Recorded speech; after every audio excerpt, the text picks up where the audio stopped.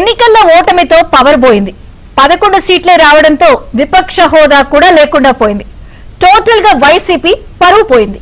Fake రాజకీయాలతో ఉనికిపాట్లు పడుతున్న Pulivendula MLA Jagan రెడ్డికి చెల్లె రూపంలో వచ్చిన వారసత్వ వార్ ఉక్కిరిబిక్కిరి చేస్తోంది. వైఎస్ఆర్ వారసుడిగానే జగన్ రెడ్డిని జనం ఆదరించారు. తన కొడుకే రాజశేఖర్ రెడ్డి వారసుడని షర్మిల బాంబు పేల్చడంతో తాడేపల్లి ప్యాలెస్ లో పడ్డ ఎలుకలా గిలగిలా కొట్టుకుంటున్నారు జగన్ రెడ్డి. ఇంకా వైసీపీ జెండా ఎజెండా ఏంటని ప్రశ్నించిన షర్మిల తన సోదరుడు వ్యభిచారిసారి రాజకీయ వ్యభిచారి అని తేల్చేశారు ఏపీ పీసీసీ చీఫ్ షర్మిల.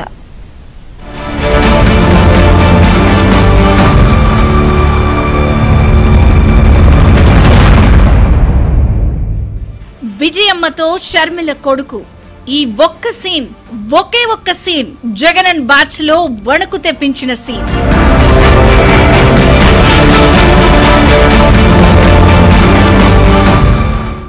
ఈ సీన్ గుర్తుంది కదా? గత వారం పీసీసీ చీఫ్ షర్మిల తనయుణ్ణి వెంట తీసుకుని కర్నూలు టూర్ వెళ్లారు. ఈ క్రమంలో తల్లి విజయమ్మ వైఎస్ రాజారెడ్డిని ఆశీర్వదించిన వీడియో లీక్ అయింది. ఇంకేముంది, అంతా షర్మిల తనయుడి రాజకీయ ఎంట్రీ, మామకు పోటీగా అల్లుడు అంటూ ఎవరికి వారు లెక్కలేశారు. మేనమామైన జగన్ రెడ్డి అందరికంటే ఎక్కువగా ఉలిక్కిపడ్డారు. ఎందుకంటే షర్మిల చెప్తారు, వినండి. రాజారెడ్డి అని నా కొడుకుకి నామకరణం చేసింది స్వయాన రాజశేఖర్ రెడ్డి గారు. వైసీపీ సైతాన్ సైన్యం ఎంత అరిచి గీ పెట్టినా నా కొడుకు పేరు వైఎస్ రాజారెడ్డి. ఎన్ని కుక్కలు మొరిగినా దీన్ని మార్చలేవు. నా కొడుకు పేరు రాజారెడ్డి, నా కొడుకు రాజశేఖర్ రెడ్డి వారసుడే.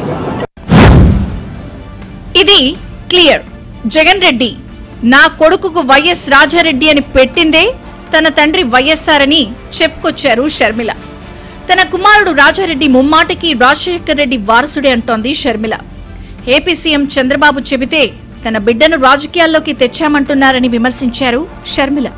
ఇప్పుడు వీళ్ళు చెప్తున్నది చంద్రబాబు గారు చెప్తే, మార్ఫ్ చేసిన వీడియోలో చంద్రబాబు గారు చెప్తే నా కొడుకు రాజకీయాలలో వస్తాడు అని నేను చెప్పినట్టు కష్టపడి మార్ఫింగ్ చేశారు. చూస్తే నాకు చాలా నవ్వొచ్చింది. ఇంత కష్టం మీకు అవసరమా అనిపించింది.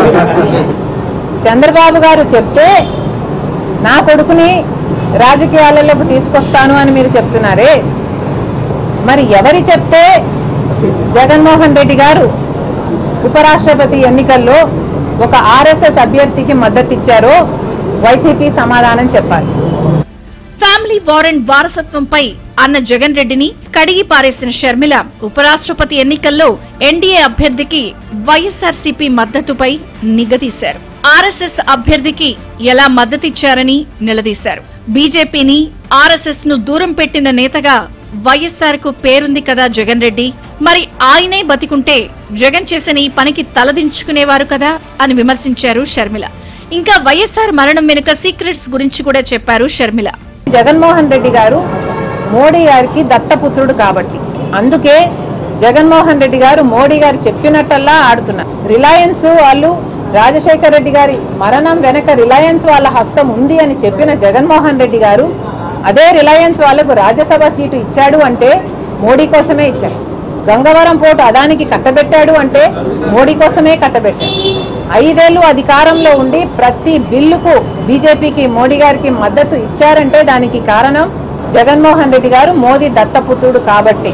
ఇక వైఎస్ఆర్సీపీకి ఒక ఐడియాలజీ ఉందా అని నిలదీసిన షర్మిల, కూటమి బహిరంగంగా ఎన్డీఏతో పొత్తు పెట్టుకుంటే జగన్ మోదీతో అక్రమ పొత్తు పెట్టుకున్నారా అని ప్రశ్నించారు షర్మిల. ఇంకా కాషాయంతో తోబుట్టువు చేస్తున్న రాజకీయంపై ఏమన్నారో షర్మిల మాటల్లోనే వినండి. కానీ జగన్మోహన్ రెడ్డి గారు బహిరంగంగా పొత్తు పెట్టుకోలేదు, రహస్యంగా అక్రమ పొత్తు పెట్టుకున్నారు. బీజేపీ తొత్తుగా, బీజేపీ తోక పార్టీగా పనిచేస్తున్నారు. ఎంత సిగ్గుచేటు అని అడుగుతున్నాం. వైసీపీకి, జగన్మోహన్ రెడ్డి గారికి ఐడియాలజీ అంటూ ఇంకా ఏమైనా మిగులుందా? సమాధానం చెప్పండి. లేక బీజేపీ ఐడియాలజీనే వైసీపీ ఐడియాలజీనా? జగన్మోహన్ రెడ్డి గారు చేస్తున్నది రాజకీయ వ్యభిచారం కాదా? ప్రజల్ని ఎందుకు మభ్యపెడుతున్నారు? జగన్మోహన్ రెడ్డి గారు చేతి మీద బీజేపీ అని పచ్చబొట్టు వేయించుకోండి.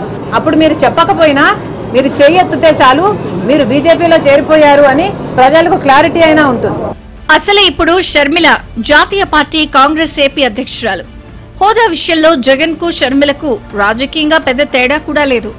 తండ్రి వైఎస్ఆర్ చనిపోయినప్పటి నుంచి జగన్ రెడ్డి ముఖ్యమంత్రి అయ్యేదాకా తోబుట్టువుల మధ్య బంధం బాగానే ఉండేది.